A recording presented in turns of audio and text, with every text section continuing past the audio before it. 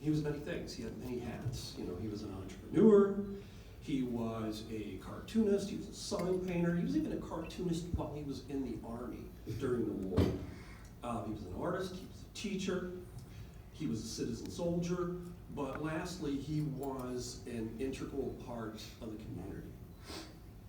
He walked to work every day. I'm sure many of you saw him walking the streets, going up to the sign shop, and on the way he would stop at Fountain Corner Drugstore. No longer there, is it?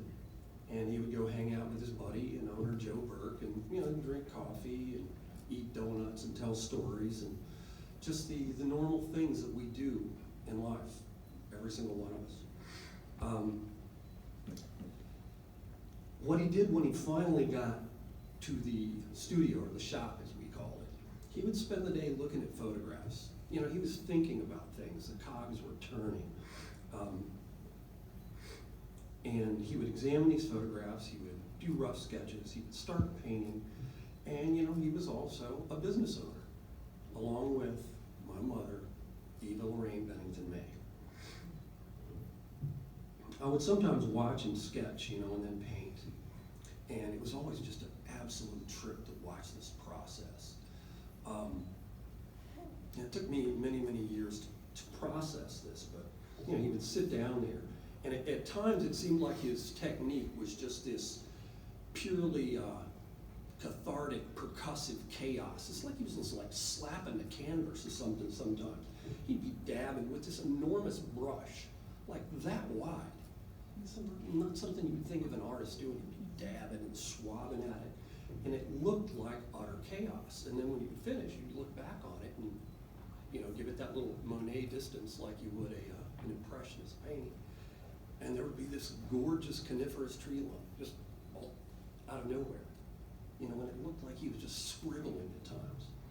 Now, I also believe that my father single-handedly defeated the Third Reich by parachuting in France on June 6, 1944, running across Holland, across Belgium, spraying his Tommy gun, all the way to Germany. That's what I believed as a kid. But he wouldn't talk much about the war when I was really young. He just kind of blew it off, but that's what I wanted to hear. And as Kathy said, I do know something about his military career because I think around 87, he started having more frequent health problems. And I was living in Lexington at the time, working as a freelance musician, living that life. And it just seemed like every few months or so he was in the hospital when I was going in to visit him. And it was about that time that he really started opening up about what happened to him in the war. And I'm not a veteran of the armed services. He was, and this can be a very difficult, touchy subject to talk about because it's a singular experience, but I'll tell you a little bit about it. So he enlisted in the Army in 1942. He signed up for parachute school. Who wouldn't do it? You got an extra $50 per month. $50.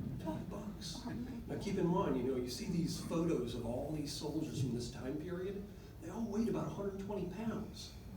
It was the very end of the Great Depression. What got us out of the Depression? The war. No one had enough to eat. They were all little bean poles, and that's exactly what he looked like. So he volunteered for jump school, and I guess he decided he liked it so much he decided to stay. So he became a jump instructor in the camouflage section, and he worked at Fort Benning, Fort Bragg, and Fort McCall, all in the state of North Carolina, where I currently reside. My wife, my son, and my daughter, we all live there. So he trained all these paratroopers, all these guys jumping into North Africa, jumping into Italy, and he says, I got to step it up, I've got to do more. So he said,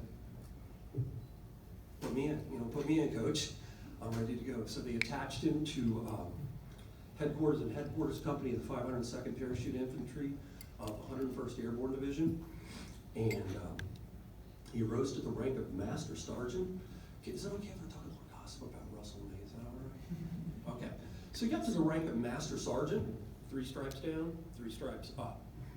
He came home with 3. I always wondered about that.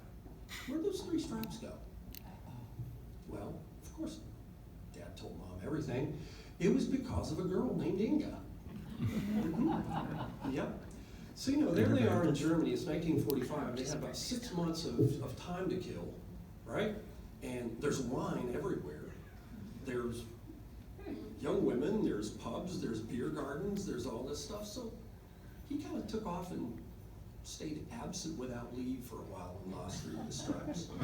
So anyway, his first combat jump was at D-Day, June 6, 1944. He told me that when the light turned green and he jumped out the door, he said it was literally like everything that he had heard his mother, our paternal grandmother, talk about Armageddon. He said it was like the end of the world. And he landed, of all places, in a cemetery. Yeah, not a good place, not a good sign, right? In a little town called Saint-Mary-Glise in France. He got shot in the hindquarters, like all the paratroopers did. Sent him to England, he laid on his stomach for about 2 weeks, ate ice cream, and then they shipped him back. They liberated Paris, just like the pictures my sister showed you where they were celebrating. Yeah. But he spoke often about 2 places, Holland and Belgium, and I can connect this to his art.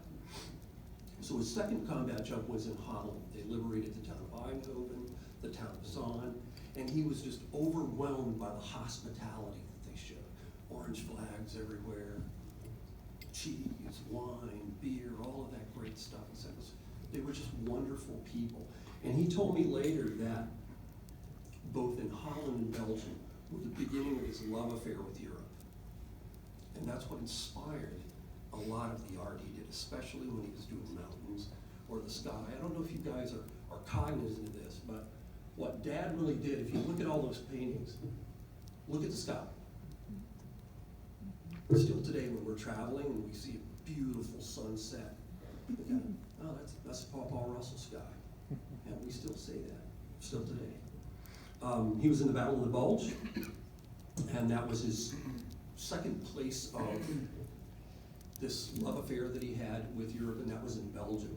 He also discovered something that he really loved called Stella Artois. He liked that.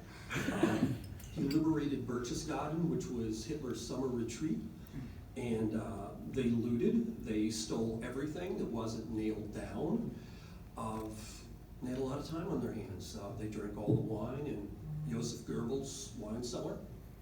They completely routed the place. And then he made one more jump into Germany in the Rhineland with the 17th Airborne Division, and then he shipped home. But what he also told me was this kind of existential experience, it marks you for the rest of your life. He told me everywhere he went, he would see little things that reminded him of that experience. He would see a 502, and that was his regiment. He'd see a 101, that was his division. He'd see these things, and he said, I was just back, you know, and it had to run its course. Now, it sounds like I'm talking about a warrior, and I guess he had to put on that hat. But he was such a gentle soul. He was in communion with everything around him. He was a gentle soul, never held a grudge. He never spoke ill of anyone.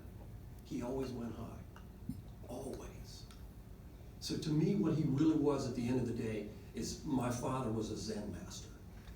That's what I think of him as. But some of my best memories surrounding my dad, and I'll have to tell you some more gossip here in a minute, but it's not against him, it's more against me. But what was really marking in my young life were the art shows that took place all around the state.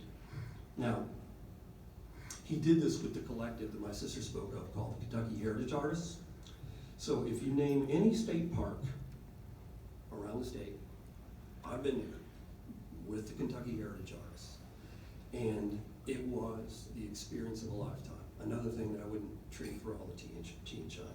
Now, while I was there, I developed a lot of friendship with friends of other artists, and it was always a cultural experience, you know, meeting with these people from different part of the states, I was the rural, isolated hillbilly, while Don Enzer's kids were the cosmopolitan Louisvillians, and it was always an interesting change of ideas. But what really sticks with me most are the presentations that Dad would give. Like Kathy was saying, he would give these presentations in a room like this, and there was nowhere to sit. It was standing room only, and it was packed. And everybody's going, ooh, with every brush stroke. And he ate it up. He literally worked the room. He was, like you said, he was not afraid of a crowd. He was not. He was on stage, he was performing. So what would happen was he would finish with a painting, or his presentation, and the room would end up in applause. And I'm sorry, it's 50. There we go. So what he would do was, during one of these presentations, he would paint an entire original oil painting from start to finish. And usually he would do that without a photograph. He would just pick up his pencil, and once again, it's like, being a drummer and percussionist, it was like he was playing the canvas. He was like smacking. It was none of this like pinky out or anything like that. He went for it. But he would do all of this in about 30 minutes. After that, he would take Q&A. He would show people how he did it. He would demonstrate his techniques. And like I said, he worked the room quite well. And for me, seeing that, I would just swell up with pride just for the fact of being his son. Just that relationship. It just made me so proud to be there and seeing him do that. Now, I was born late. I guess I was the one that got away. I'm the oopsie baby. Because Jane is 10 years older than me, and Kathy 12. So I kind of came along a little later, but so Dad was older when I was younger, but that's something I would never change. The wisdom that he imparted in me that took me about probably 35 years to process. I just processed it last week, by the way. I wouldn't trade that for anything. But he passed away, he left the physical plane in May of 1990, one day before his birthday. He didn't quite make it to 70, and it hit me really hard. And that was a difficult couple of years for me. But I have to go back in time a little bit, because it seems wherever I went, my dad followed me. Not literally or physically, but Russell May, if we make that an intangible construct, he followed me. I was in Morehead State University. I studied percussion performance and school music there. And for some reason or other, I had to go see the dean of students. Yeah, I had to go see the dean of students. I think you all get it, right?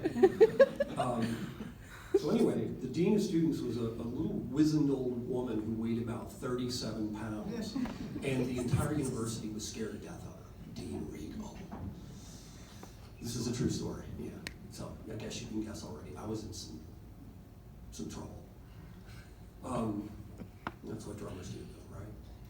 So I get called into her office, and I'm wearing ripped up jeans. I've got a flannel shirt on, open, with I don't know, probably a Black Sabbath or Crimson t-shirt on or something like that. And I walk in, and there she is, and her desk is up on a freaking stage. I'm serious. And so this little woman is projecting herself down at you. And what do I see? Centered right behind her desk, about this wide and that high. Yep, you guessed it. One of those things. Yep, there he was, following me. And she looked at her paper and she said, Russell May, huh? You wouldn't happen to be of any relation to the artist? My head lowers. Yes, ma'am. He's my father. Nonetheless, she did not go easy on me. All right? So, you know, there I was, like Robespierre getting ready to walk to the gallows, you know, in the French Revolution. And, oh well, there it was. Now, many years later, when I moved back to the States with my family, having lived in Brazil for some time in the 90s, I was working for Federal Express, driving the big white truck and wearing that goofy uniform and going to school at the University of Georgia at night. But I made one stop, and it was in a law office, really near our house. And what do I see? Boom, boom, boom, boom. They're all over the walls. And I said, "You've got my dad's paintings on your wall." They look at me, you know, of course they're sizing me up. How can the FedEx guy be connected to that? And I said, "Really, they are my dad's." They didn't believe me. No, they're not. Pull out my driver's license and show them Russell Edward May II. Yeah, that's my dad. All right, cool. So he kept following me wherever I went. But here's the thing. This takes me back to what I understand to be a West African proverb. A person is never gone until you stop talking about them. And man, it's impossible not to talk about that dude. It's impossible. He just keeps coming up. We have people over at our house in Raleigh, and they see those paintings on the wall, and they go, "Wow, man, I didn't know you could paint." I said, "Oh, wrong, Russell. That's not me, that's my father." So, once again, in a situation like that, where my father's brought up as his topic of conversation, I have to tip my hat and give much love, honor,